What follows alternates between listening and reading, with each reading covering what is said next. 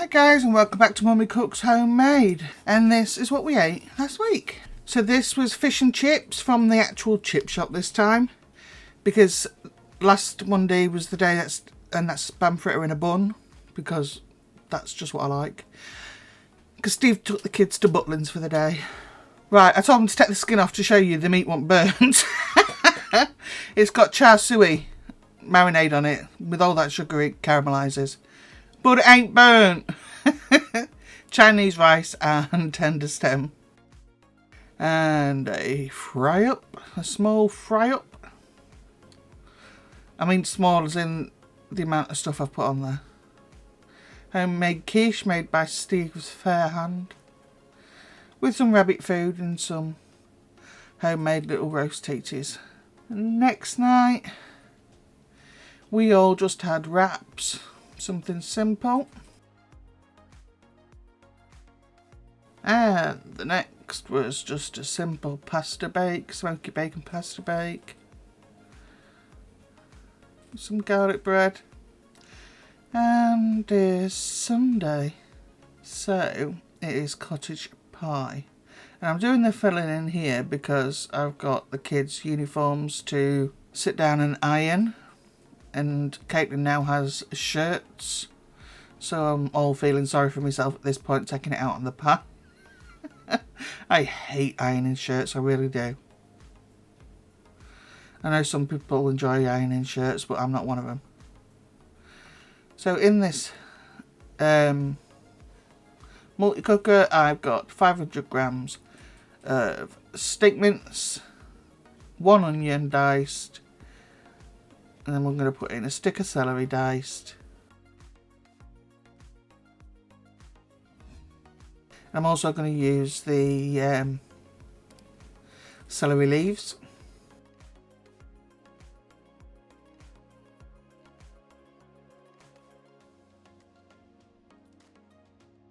There we go.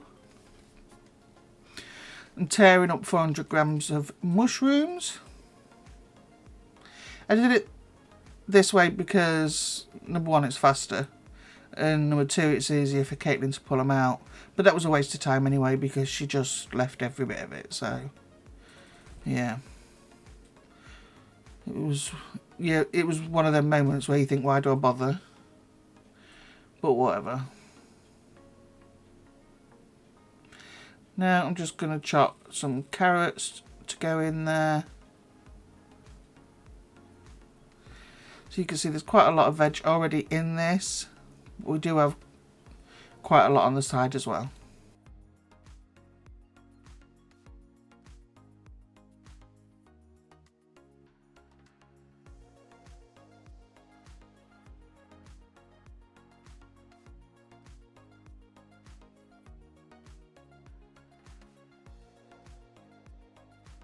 So I'm going to put in a teaspoon of garlic.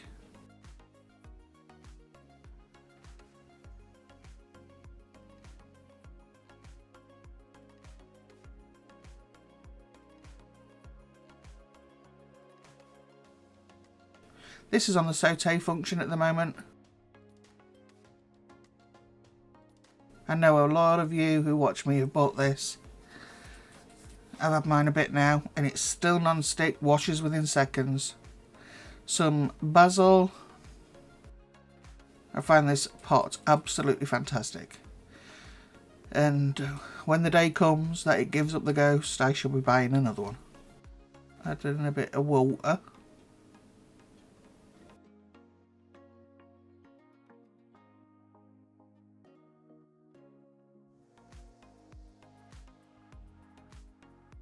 When I make anything like this and I top it with mashed potatoes, I like to have enough gravy that I can set to the side, because when you cook something and top it with mashed potatoes, it does dry out a little bit. Your mashed potatoes absorb a little bit of it, so I like to have extra. Yes, you are seeing baked beans. Honestly, you don't even notice the beans in it, but you notice the creaminess of the sauce.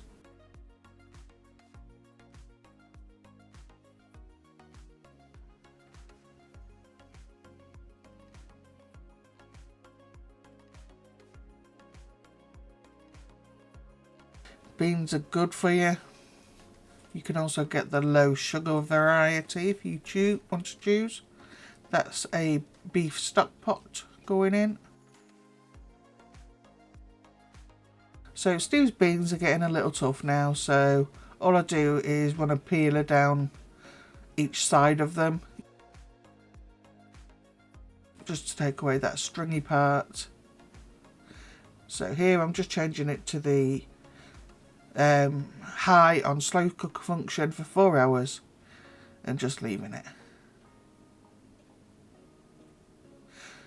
So I didn't show you what I forgot to turn the camera on for was when I made a cornstarch slurry. So it was just two heaped teaspoons of cornstarch and the same of cold water. Don't mix it with anything hot because it doesn't dissolve properly. So mix it with cold water until it's completely liquid and pour it in.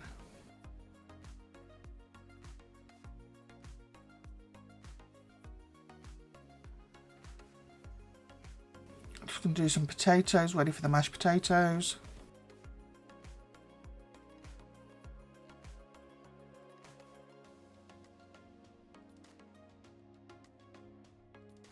Steve went shopping and fetched a bag of baked potatoes for some reason. No idea why. I just don't think he checked them, but they did the job.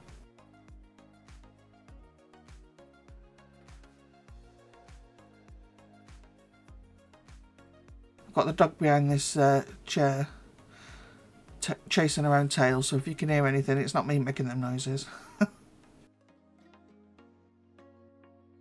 So you'll notice there's only 3 corn, that's because I don't eat it.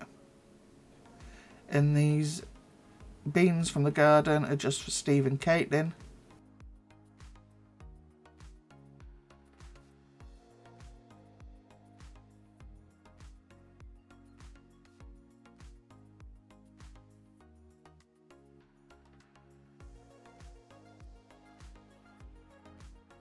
So I'm just tidying up the tender stem, taking off the rough bit at the edge and the excess leaves, and I've cut myself.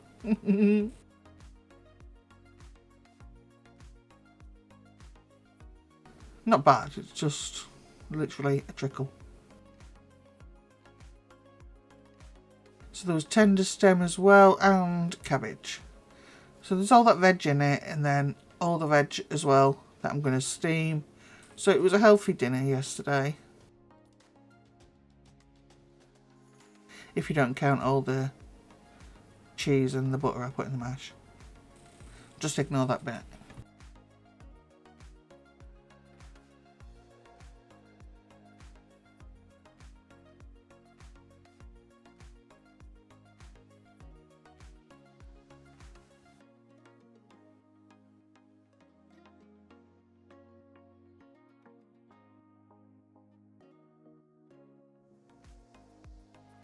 So, as you can see, as I use a slotted spoon so that some of the gravy can come out. But you can see I don't take all of it out.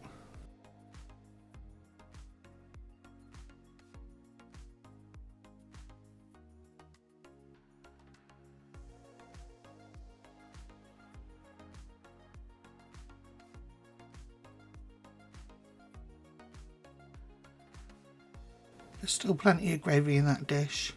It's not dry. And then take some out to have if anyone wants extra.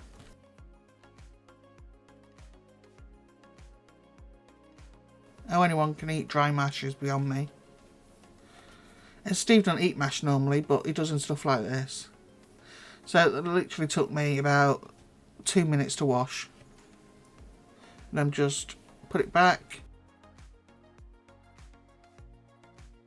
Put some water in, the steaming tray, and the veggies, ready for when the veggies need cooking.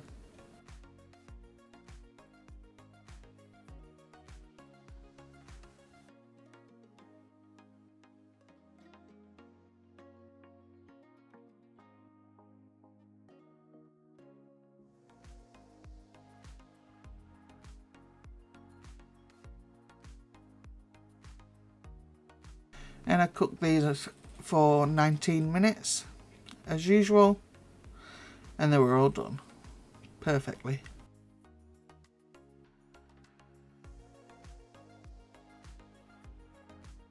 It's a little bit of crunch left on each of them. So potatoes are done.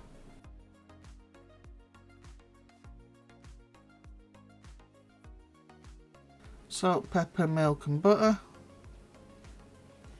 My granddad used to crack in an egg. Always said it made it taste a lot better.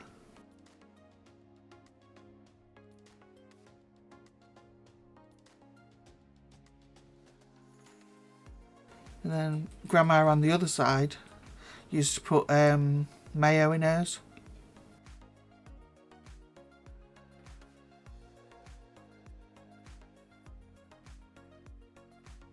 Pop it on there.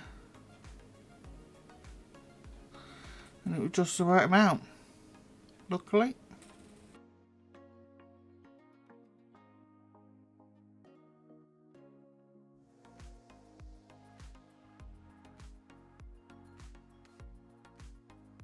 Anything that's got gravy or a sauce in it, I always put it on a baking sheet.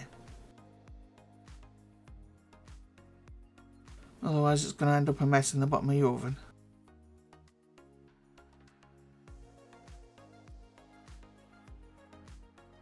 So what I'm going to do now is cover it with cheese, bit of pepper, put it on low in the oven to crisp up. Once it's nearly done, I'll just put the veggies on. So we had a caramel brioche bread butter pudding. Bread pudding, should I say, because there's no butter on it.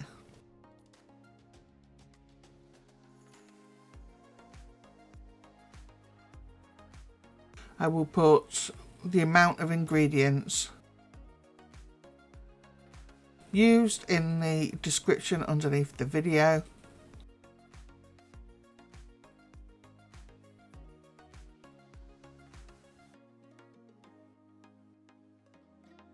I've put half of them down in the bowl. I'm going to pop on some raisins.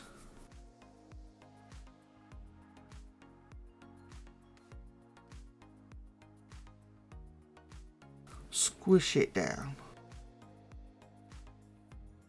And trust me, this, I've just given this a bash in this chocolate.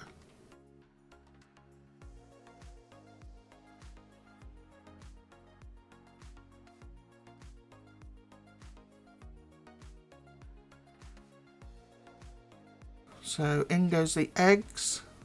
So this is like a custard.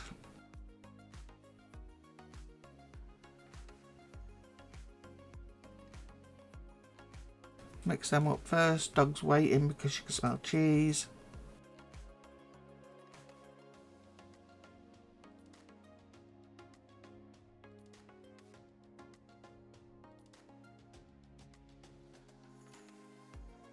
Stick in the double cream.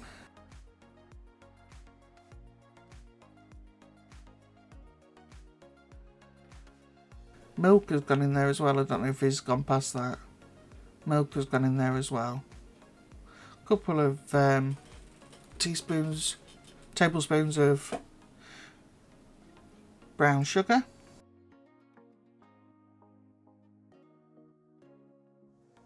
Yeah, he's missed that bit out. It doesn't matter. Milk went in there as well. So in goes the brown sugar.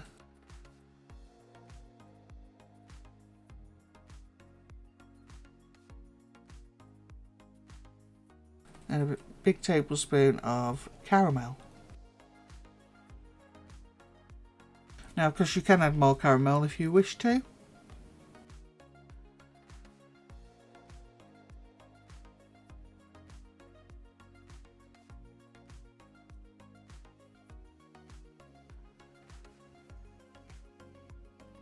So I'm going to use half of the mixture on this first layer. and let it soak into that bread. And it will, all of it will soak in.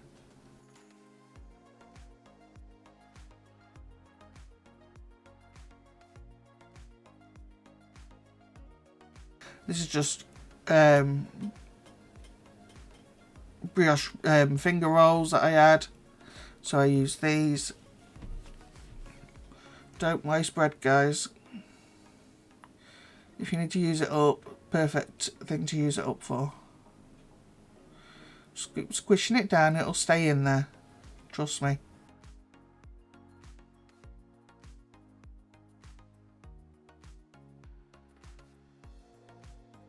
Raisins again.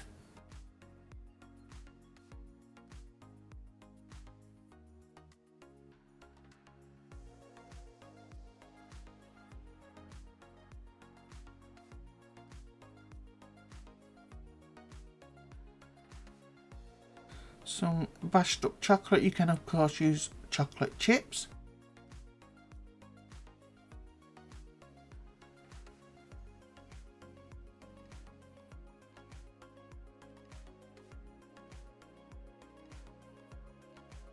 And then finish off the rest of the egg mixture all over the rest of the bread.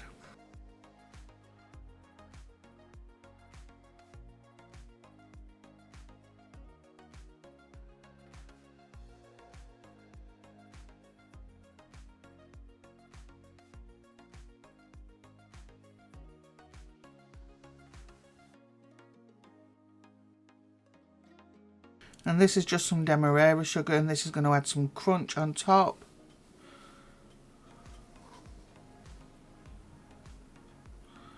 I'm just pressing it down so it absorbs the custard mixture.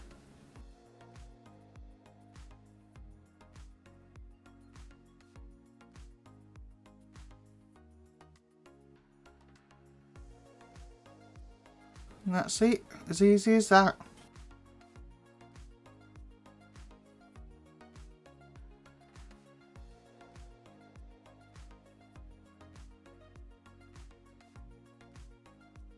So veggies are done.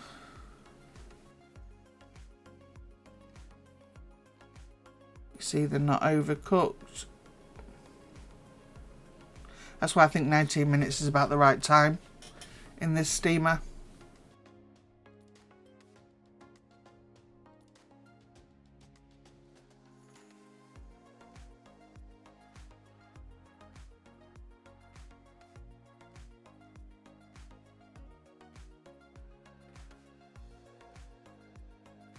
So this piece was Caitlin's. She ate the vegetables around it and left the rest. I knew she would, but I'm not messing about.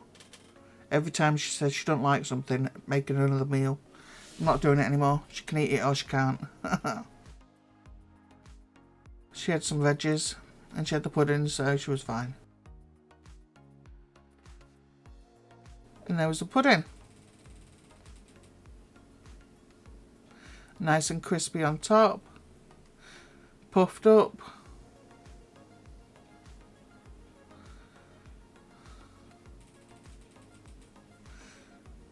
And both the kids enjoyed that. I was shocked. Had it with some cream.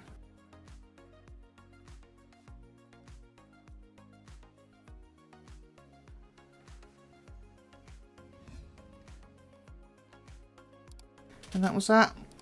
And this is just a few clips from when he took them to Butlins a couple of days before they went back to school.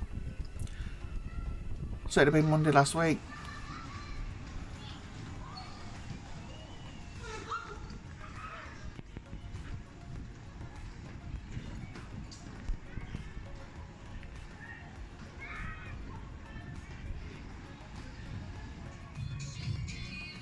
That thing they did enjoy.